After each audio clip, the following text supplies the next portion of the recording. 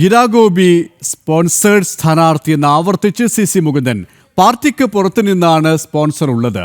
ഗിരാഗോപിയെ സ്ഥാനാർത്ഥിയാക്കാൻ പ്രാദേശിക തലം മുതൽ സ്റ്റേറ്റ് വരെ ഒരാൾ ഇടപെട്ടെന്ന് മുകുന്ദൻ ആരോപിച്ചു. അതേസമയം സി മുകുന്ദന്റെ കോൺഗ്രസ് സ്ഥാനാർത്ഥിത്വത്തിൽ എതിർപ്പുമായി പ്രാദേശിക കോൺഗ്രസ് നേതൃത്വം മറ്റ് പാർട്ടികളിൽ നിന്നും പുറന്തള്ളുന്ന പാഴ്വസ്തുക്കൾ ഏറ്റെടുക്കാൻ തയ്യാറല്ലെന്ന് കോൺഗ്രസ് നേതാക്കൾ. വിശദാംശങ്ങളുമായി സാനു കെ സജീവ് ചേരുകയാണ്. സാനു, തന്റെ നിലപാടിൽ ഉറച്ചു നിൽക്കുകയാണ് സി മുകുന്ദൻ അല്ലേ? വരും ദിവസങ്ങളിൽ കൂടുതൽ വെളിപ്പെടുത്തൽ ഉണ്ടാകും എന്ന് തന്നെയാണോ അദ്ദേഹം ഇപ്പോഴും ആവർത്തിക്കുന്നതിനൊപ്പം UDF സ്ഥാനാർത്ഥിയാക്കാൻ സി മുകുന്ദനെ UDF സ്ഥാനാർത്ഥിയാക്കാനുള്ള കോൺഗ്രസിലെ ചില വിഭാഗങ്ങളുടെ ചില നേതാക്കളുടെ നേതൃത്വത്തെ അപ്പാടെ തള്ളിക്കളയുന്ന സമീപനം തന്നെയാണോ പ്രാദേശിക കോൺഗ്രസ് നേതാക്കൾ സ്വീകരിക്കുന്നത്? എന്തായാലും സി മുകുന്ദന്റെ നിലപാടുകൾ CPI-ക്കുള്ളിൽ വലിയ പൊട്ടിത്തെറി ഉണ്ടാക്കുമ്പോൾ എന്തായാലും സി മുകുന്ദന്റെ നിലപാടുകൾ CPI-ക്കുള്ളിൽ വലിയ പൊട്ടിത്തെറി ഉണ്ടാക്കുമ്പോൾ അതേ സംഭവം തന്നെ അതേ സംഭവ വികാസങ്ങൾ തന്നെ ഇപ്പുറത്ത് കോൺഗ്രസിൽ നടക്കുന്നു എന്നുള്ളതാണ് കഴിഞ്ഞ 2 ദിവസങ്ങളിലായിട്ട് നമുക്ക് മനസ്സിലാക്കാൻ സാധിക്കുന്നത്. ഇന്നലെ ആണ് സി മുകുന്ദൻ നേതൃത്വത്തിനെതിരെ കടുത്ത നിലപാടെടുത്തുകൊണ്ട് പുറത്തു വന്നത്. ഒപ്പം തന്നെ നിലവിൽ അവിടെ സ്ഥാനാർത്ഥിയായിട്ട് CPI നേതൃത്വം നിശ്ചയിച്ചിട്ടുള്ള ഗീതാ ഗോപിക്കെതിരെ കടുത്ത ആരോപണങ്ങൾ സി മുകുന്ദൻ ഇന്നും ഉന്നയിച്ചിരിക്കുകയാണ്. ഗീതാ ഗോപി സ്പോൺസേഡ് സ്ഥാനാർത്ഥിയാണ്. മാത്രമല്ല അത് പുറത്തു നിന്നുള്ളവരുടെ സമ്മർദ്ദം മൂലം പുറത്തു നിന്നുള്ളവരുടെ നിർദ്ദേശം മൂലമാണ് ഗീതാ ഗോപിനെ നാട്ടികയിൽ സ്ഥാനാർത്ഥിയാക്കുന്നത്. ഇതിന് പിന്നിൽ പണമാണ്. പണത്തിന് മേലെ പരുന്ത് പറക്കില്ല. അതായത് CPI നേതൃത്വം ഒന്നാകെ പണത്തിന് കീഴ്പ്പെട്ടു, അല്ലെങ്കിൽ പണത്തിന് അടിമപ്പെട്ടു. പണമാണ് CPI-യിലെ മുഖ്യ ഘടകം എന്നടക്കമുള്ള കാര്യങ്ങൾ ഇന്നലെ തന്നെ സി മുകുന്ദൻ വ്യക്തമാക്കിയിരുന്നു. ഇന്നും അതേ നിലപാട് തന്നെ സി മുകുന്ദൻ ആവർത്തിക്കുകയാണ്. കാരണം തൻ്റെ നിലപാടിൽ നിന്നും ഇനിയൊരു പിന്നോട്ട് പോക്കില്ല. ഇനി നേതൃത്വമായിട്ട് ചർച്ചകൾക്കുള്ള ഒരു വാതിലുകളും തുറക്കുന്നില്ല.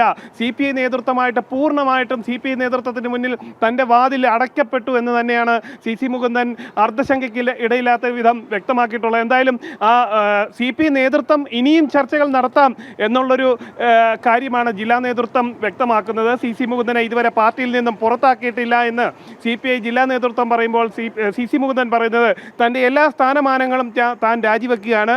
അതായത് നാട്ടിക മണ്ഡലം കമ്മിറ്റിയുടെ ചുമതലയായിരുന്നു നിലവിൽ സി മുകുന്ദൻ ഉണ്ടായിരുന്നത്. ആ മണ്ഡലം കമ്മിറ്റിയുടെ ചുമതലയും സി മുകുന്ദൻ മിനിഞ്ഞാന്നൊഴിഞ്ഞിരുന്നു. അതായത് ഇന്നലെ നിലപാടെടുക്കുന്നു. ആ നിലപാടെടുക്കുന്നതിന് 24 മണിക്കൂർ മുൻപ് തന്നെ സി മുകുന്ദൻ CPI-യുടെ ഔദ്യോഗികമായിട്ടുള്ള ഭാരവാഹിത്വം ഒഴിഞ്ഞിട്ടുണ്ട്. ഇനിയും നടപടി ഉണ്ടാകേണ്ടത് CPI-യുടെ ഭാഗത്തു നിന്നാണ്. ഇതൊരു ഭാഗത്ത് നിൽക്കുമ്പോൾ മറുഭാഗത്ത് മറ്റൊരു തരത്തിലാണ് പ്രശ്നങ്ങൾ ഉടലെടുത്തിട്ടുള്ളത്.